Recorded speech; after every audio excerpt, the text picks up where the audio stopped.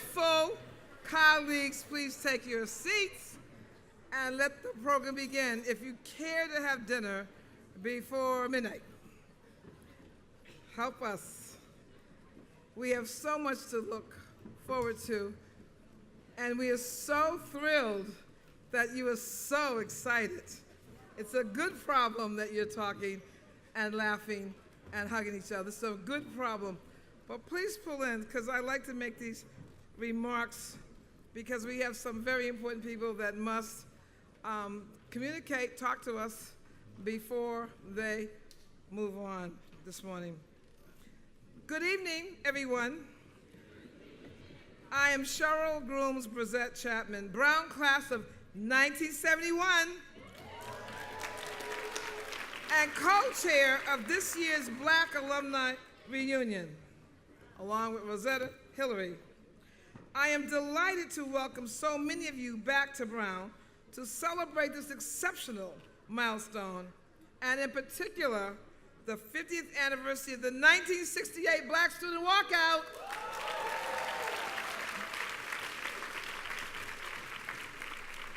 As a student here, the walkout was a transformative event in my own development as an advocate for social justice and equality, especially for vulnerable children, youth, and families. I also learned a great deal about the strength of my fellow students through my involvement in co-founding the Rights and Reason Black Art Society and in shaping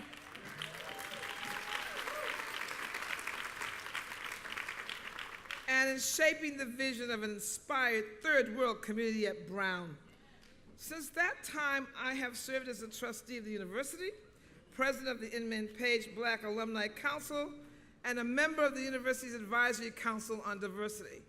I continue to consult on issues involving the status of students of color at Brown and the university's diversity and inclusion initiatives because I think it is crucial that our alma mater recognizes the broad scope of experiences and talents that our Black students bring and responds effectively to their needs as they prepare themselves for leadership in the world. Just by looking out across the crowd, I truly see the fruits of our labor. The Black Alumni Reunion is important because it brings together graduates who experienced being Black at Brown in different ways, through different time periods, and with very, very different perspectives. It is crucial that we continue to gather like this and share how far we've come and what we are still hoping to achieve in terms of making Brown a welcoming place for not only Black students, but all marginalized groups. I want to take this moment to thank President Paxson, Provost Rick Locke, the Brown Alumni Association and its president, Galen Henderson, and the whole alumni relations team for supporting us in our planning and indeed in our sharing their funds.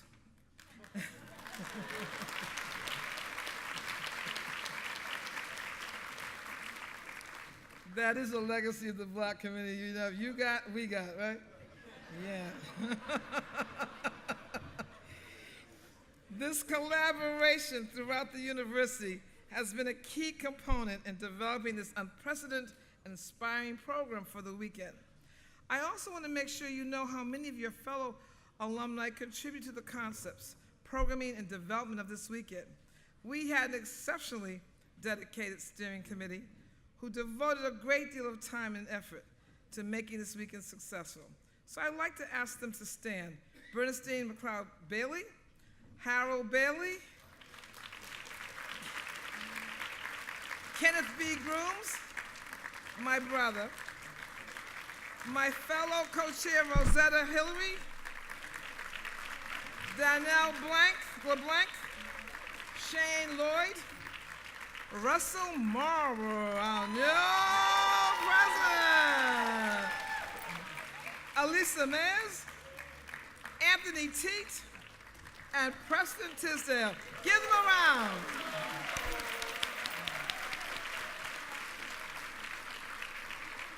Over the course of the weekend, you will hear from some exceptional Black leaders in the Brown community, including President Emerita Ruth J. Simmons.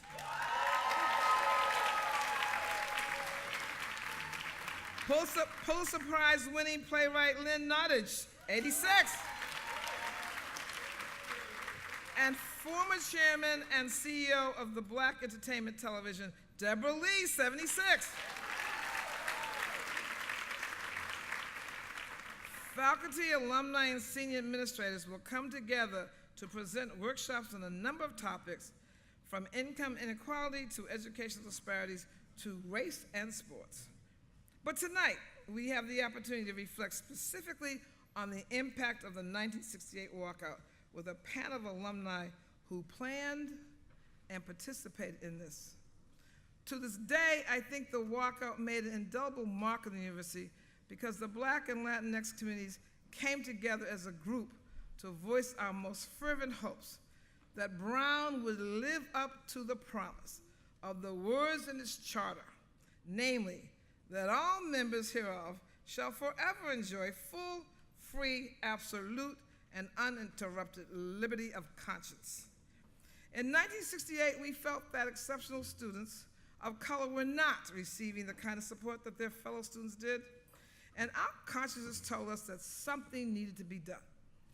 Through responsible social activism, the word is responsible social activism, we brought intolerable discrepancies to light and worked to ensure that the university would take steps toward a more just and equal Brown experience for all students.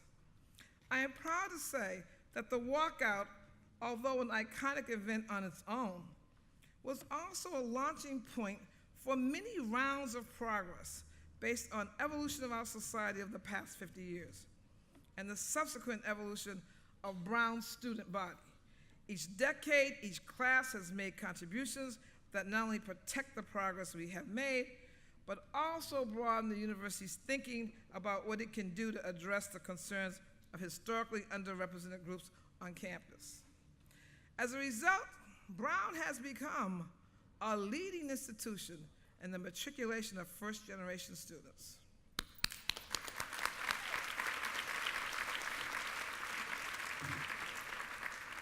42% of the incoming class of 2022 identifies as students of color. Did you hear me? 42%.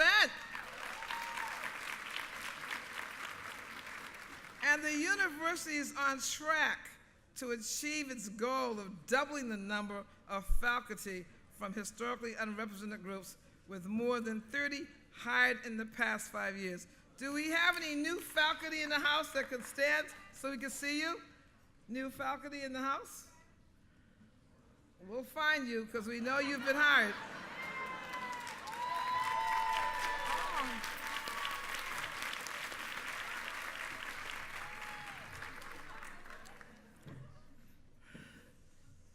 There is still a great deal of work to do, but it's heartening to know that the university leadership stands with us, as exemplified by the establishment of the Diversity and Inclusion Action Plan, and we all participated in that.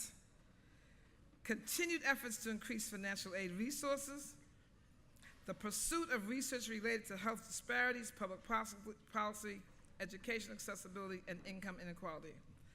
I hope that you will continue to support the university's efforts and the efforts of various alumni groups to promote opportunity for students and families from a truly diverse group of backgrounds. After all, this is your alma mater. Now it is my pleasure to introduce Brown's Senior Vice President for Advancement, Sergio Gonzalez, who has been a tremendous partner in planning this weekend. Sergio came to Brown from the University of Miami, where he was the architect and leader of 2 successful fundraising campaigns, totaling more than, I want you to hear this, $3 billion. Over the course of the past year, Sergio has led the Advancement Division to record-breaking heights. Under his leadership, the division recorded the most successful fundraising year ever for Brown last year, with a total of $389 million in gifts overall, including $45.8 million raised for the annual fund. The division also launched the Brown Promise initiative to remove loans from all undergraduate packages beginning with the 2018-2019. Yeah! Yes! Yes! Now, you know you have to support that. I was 45 when I paid off my Brown loan.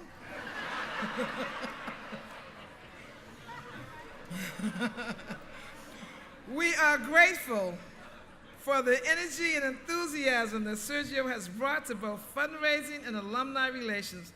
Please join me in welcoming him to the stage.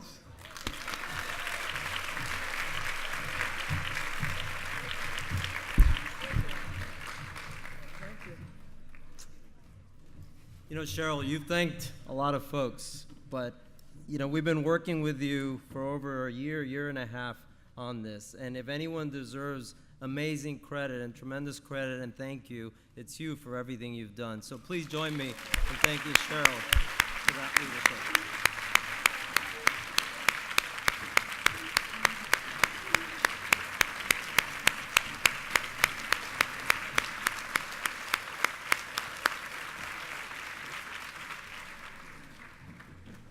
Isn't this awesome? I think this is amazing. It's emotional, it's inspiring. It's frankly, I've been to a lot of university events and my career, and this is one of the ones that tops it. Just to see some of you come back after so many years and see the joy of you all seeing each other, that really warms our hearts and our collective hearts at Brown. So it is really awesome. I also want to thank and add my appreciation to Rosetta Hillary for your great leadership as co-chair. Yes. As well as Russell. Russell, you're quite popular, I must say. Thank you for all you do, and I want to add my appreciation to every member of the steering committee, all of you who are here.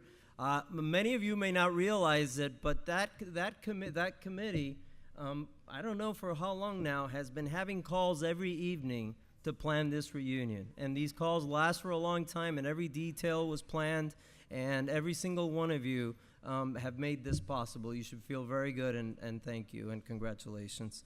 I do want to take a moment to thank a couple of members of our staff that were also pivotal in this effort. First of all, many of you know that Jill Rossi has been the interim alumni relations director for a while, and she's also provided a significant leadership for this. But I'm also leaving my last appreciation to somebody who's been very special in this effort, and that's Valerie Cordero.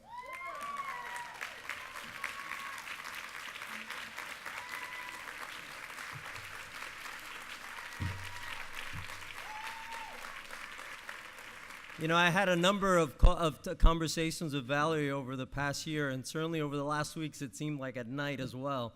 And thank you for everything you've done on a nightly basis or a daily basis to make this happen. Thank you. It's all amazing. So what can I say? We were about 200 or 250 folks that had signed up, in the middle of the summer, towards the latter part of the summer. And look at this. We have over 600 folks that are here.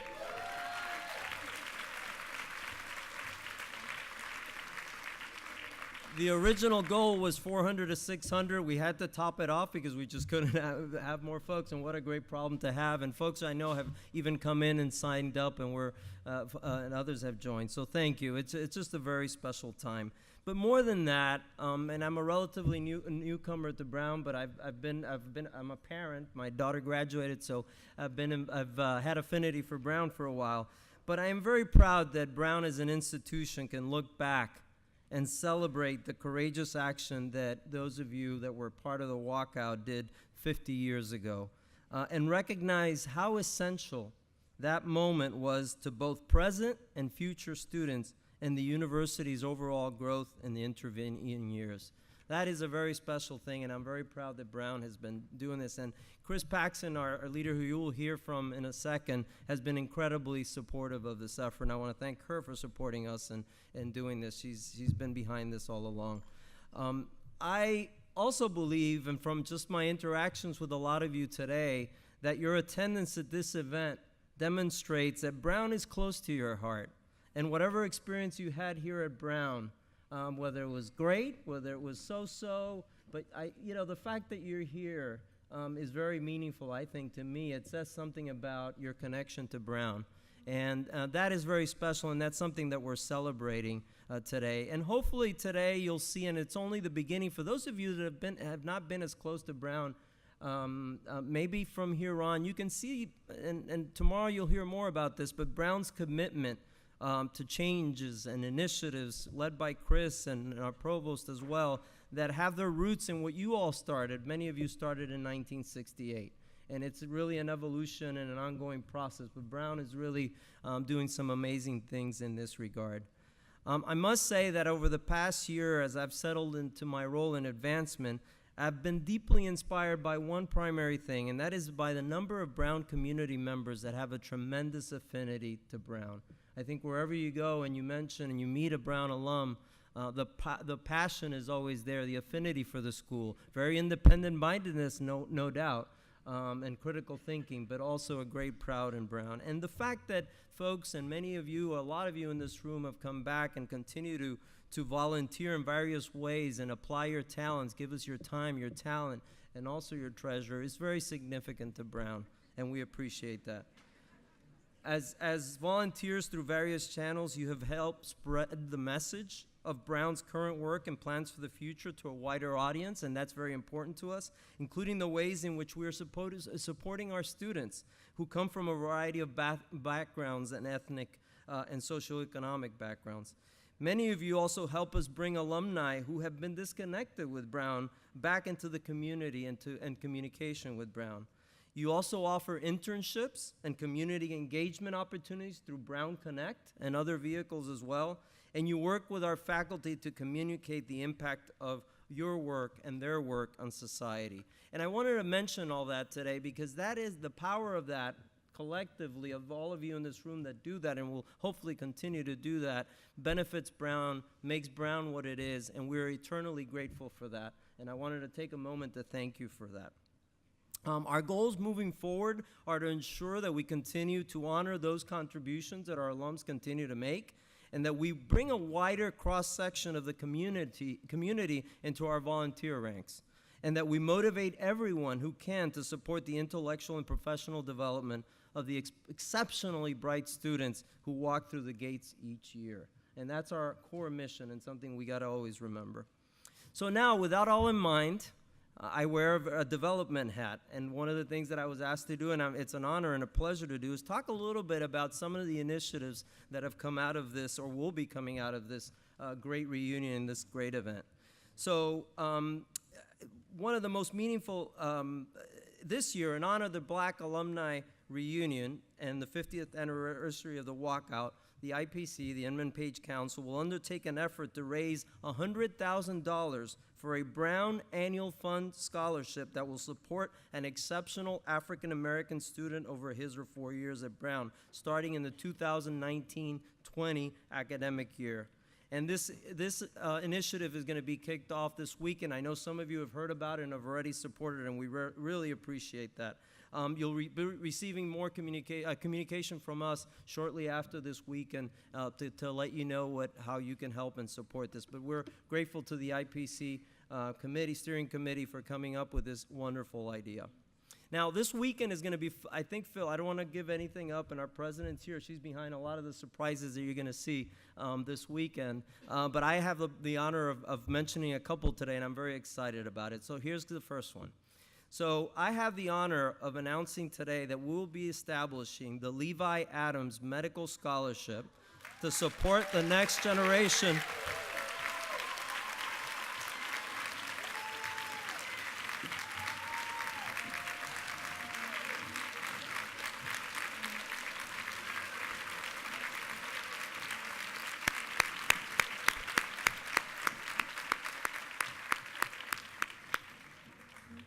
Adams, they didn't let me continue what I was about to say.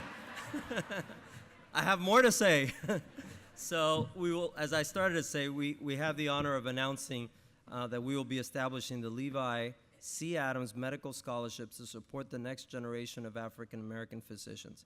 I think what I'm going to say, by the look of what just transpired, many of you know what I'm about to say, but I still think we need to mention it. Mr. Adams enjoyed a long and distinguished career at Brown as an educator, mentor, and administrator focused on ensuring the success of Brown students, especially those from underrepresented groups training in science and medicine. Today I've heard just 3, 4, 5 different testimonials of how you touch lives. In his many roles, he was instrumental in launching the careers of hundreds of African American students in health professions across the country. He was also a force in positioning the medical school for success through the 1980s and 1990s. So the fundraising for this scholarship has been an amazing grassroots partnership among alumni, the Brown and Providence community, and the Advancement Division. I want to thank in particular Jeff and Sivan Hines. They have been tireless.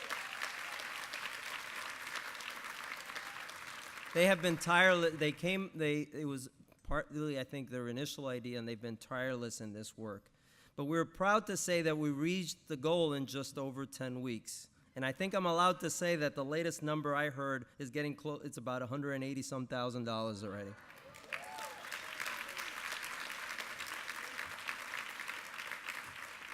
Mr. Adam, this is a testament to the impact that you've had in the lives that you've touched over the years, that folks have stepped up and wanted to give in your honor. So thank you so much for everything you do. This scholarship will create a lasting tribute to you and help future American students fulfill their dreams. If you don't mind standing up and being recognized one more time.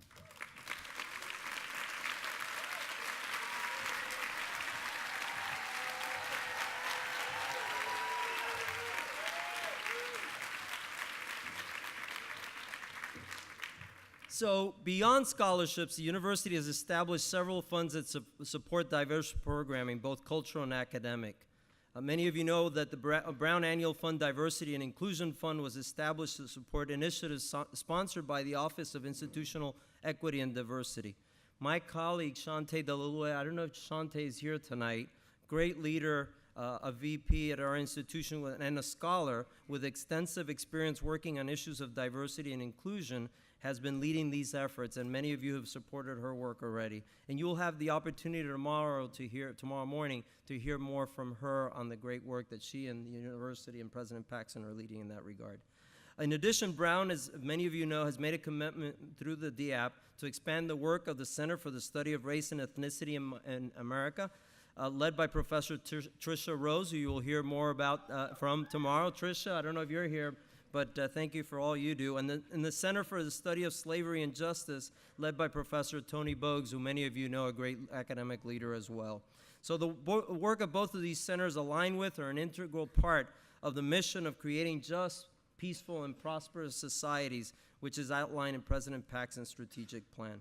So I mention all these initiatives, and hopefully it'll inspire you to continue to support and get others to support these initiatives that are so meaningful to the important work that the institution is doing on issues that we care.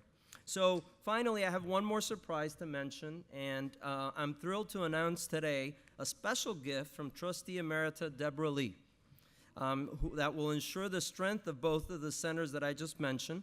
Deborah has chosen to create the first ever endowed fund for the Center for the Study of Race and Ethnicity in America.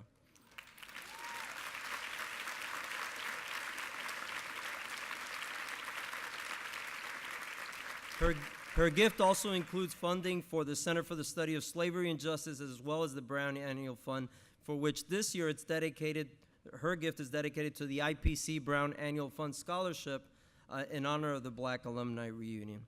So we're very grateful to Deborah. This is a wonderful gift for a wonderful purpose, and it creates a legacy through her gift.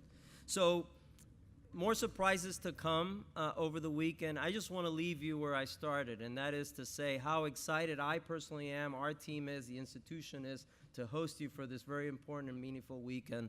I hope you have a terrific, terrific time over the next 2 days. I look forward to meeting as many of you over the next couple of days and saying hello and hearing your experiences.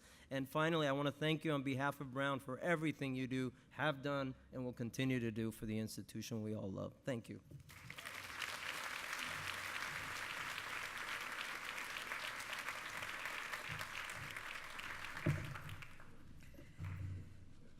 I'm still reeling from the idea that we're going to get more African American physicians in our community.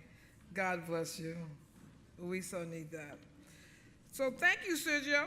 Now I'm honored to introduce to you Brown's 19th president, Christina Paxson.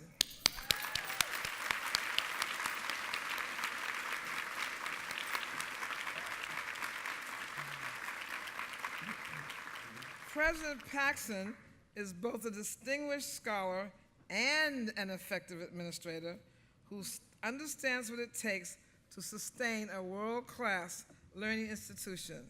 She is fierce.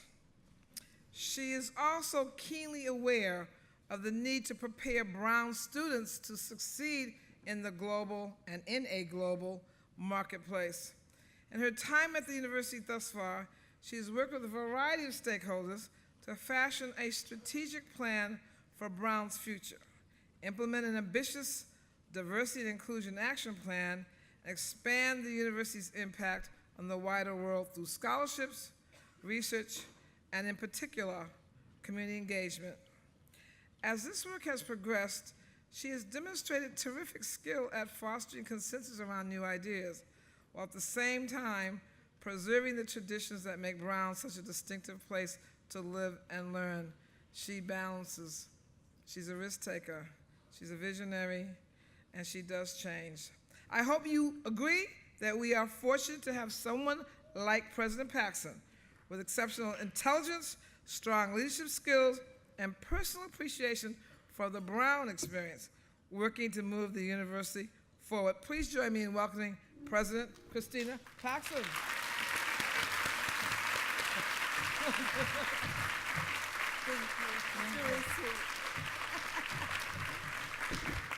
Good evening, everybody, and welcome. I want to echo what's been said already. This is such a fantastic gathering, and seeing the numbers of people who were coming just keep going up and up and up was just extraordinary. So, and I also want to add my thanks to everybody who was involved in the planning. Sheryl, Rosetta, you've done a fantastic job. Russell, all members of the steering committee. And I also do want to thank the advancement staff, the event staff, just many of the people at the university across the board who've really been working long hours and really hard to make this amazing event come to be.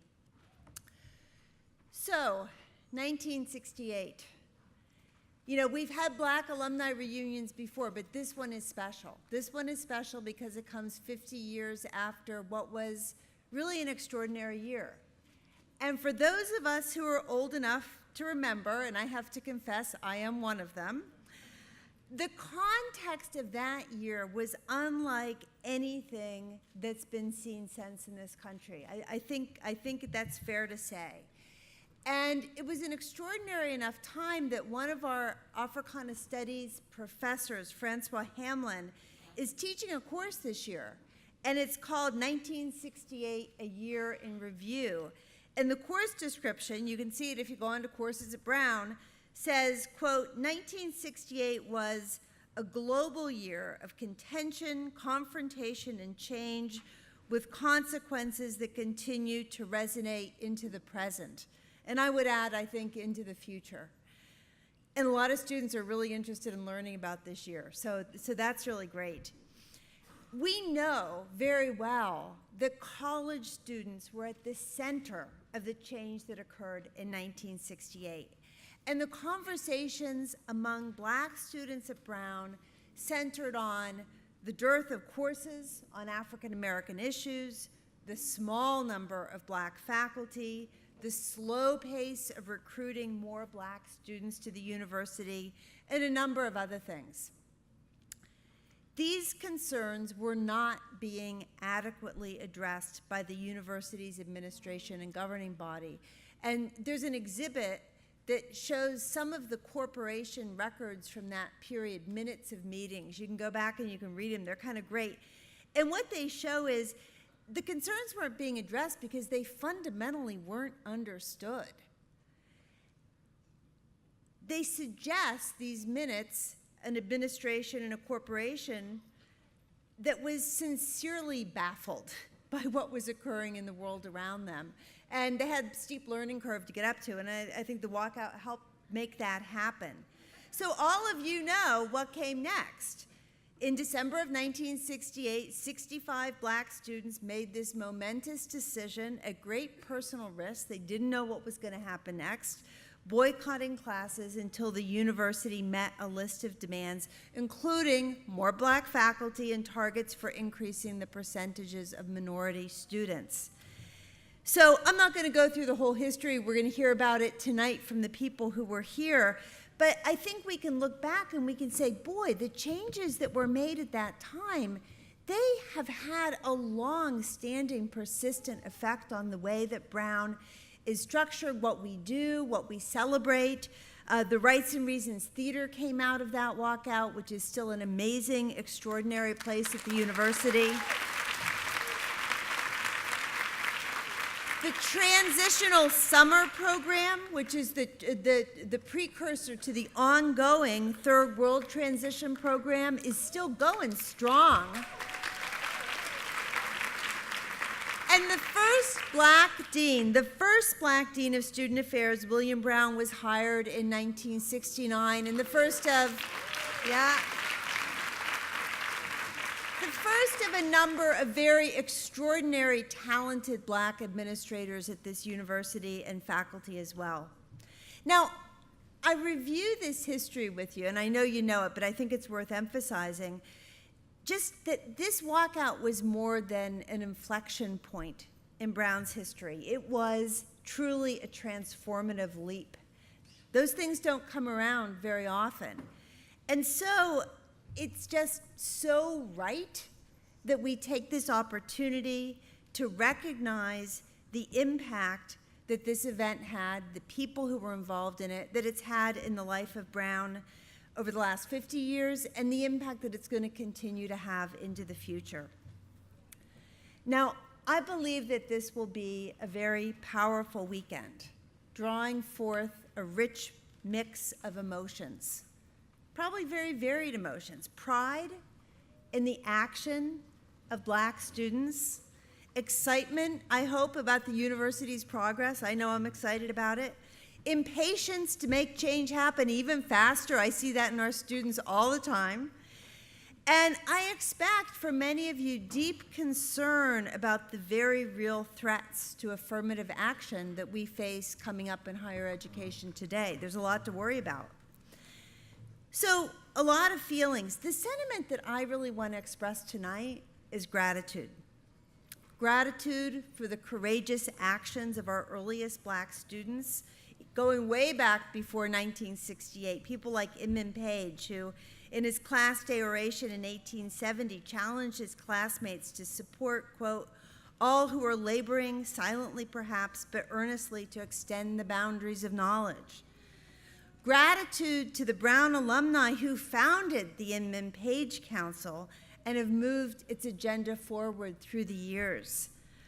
Gratitude for the trajectory of black activism, advocacy, and agency that's emerged at different times over the years, educating our community and prompting hard conversations. I've had some of those myself.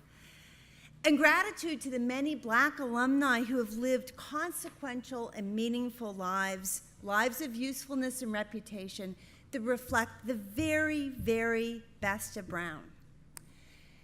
And when I talk about gratitude, I'm not just speaking about my own gratitude. It's widely felt throughout the Brown community. And I think what it's done is inspired some members of our community to really think about how we can set right past wrongs. How can we recognize black alumni who maybe have been overlooked, who've made outstanding contributions during their lives? And I want to give you one example tonight that I think is quite extraordinary. This is the example of Mayo Inc. Williams. Do people know who he was? Mayo Williams? Okay, so I learned about this person from a documentary filmmaker. Mayo Williams came to Brown in 1916. He was an outstanding track and football star. He took a leave of absence in the middle of his Brown education to fight in World War I. And after graduation, he went on to become one of only 3 African Americans to play in the early years of the National Football League, before black players were then banned from the NFL in 1926. He also became one of the most powerful black figures in the recording industry, and I would probably say the most powerful black figure in the recording industry, producing blues legends like Blind Lemon Jefferson, Tampa Red, Papa Charlie Jackson. And in 2004, he was posthumously inducted into the National Blues Hall of Fame. This is a Brown alum. Can you believe this? Amazing, amazing man. And so, in just an hour or so, at the Harvard-Brown football game, the announcement will be made that Mayo Williams has finally been inducted into the Brown Sports Hall of Fame.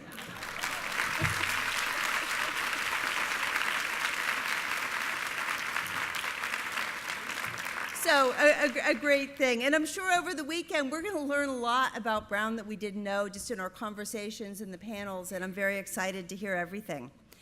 Now, a moment ago, I referenced the detailed work of change that was carried out by the 1968-era students and faculty at Brown, the planning, the organizing, the coordinating, the protesting, the negotiation, and living daily with injustice and inequality.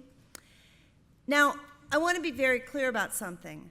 We don't get to the detailed work of this era, the Diversity and Inclusion Action Plan, without the courage of the people who were doing that work in 1968. There is no DAP without what came before it. So again, some gratitude for what's happened before. And I say this because the walkout and everything that followed helped Brown reclaim 2 vital strands of our mission and our legacy. First, it rekindled the notion of Brown as an institution that from its very earliest days attracted people who questioned inequality and wouldn't stand for injustice. Second, it underscored what we live by today, that diversity is a cornerstone of academic excellence at Brown. It makes us stronger and it makes us better. Tomorrow morning, and I hope all of you come to the morning session regardless of how late you may stay up tonight. We'll have the opportunity to consider the fruits of our recent work, the DAP as we call it, during a conversation with Provost Rick Locke, Professor and Director of the Center for the Study of Race and Ethnicity in America, Tricia Rose, and Vice President for Institutional Equity and Diversity, Shantae Delalue. And, you know, I don't want to say what they're going to say, but I have to say, while I recognize the hard work that lies ahead of us, I am very proud of the accomplishments of the past 3 years since the DAP was introduced, and I hope that you're proud of them too, and I hope they inspire you. So let me just close. Right now we're in for a very special evening of reflection on this powerful moment in Brown's history through the eyes of many who were there.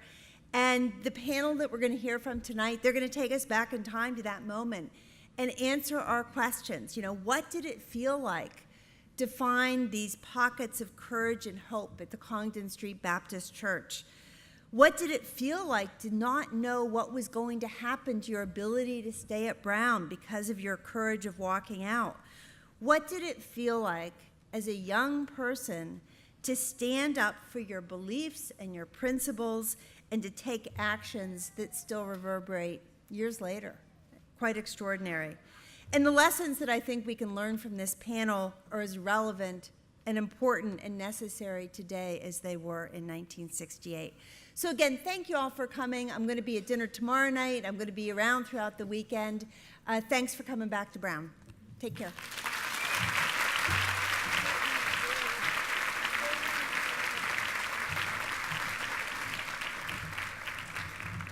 Thank you, President Paxson, for your commitment to making diversity and inclusion a signature theme of your tenure, and for all that you do to ensure an exceptional educational experience for all Brown students.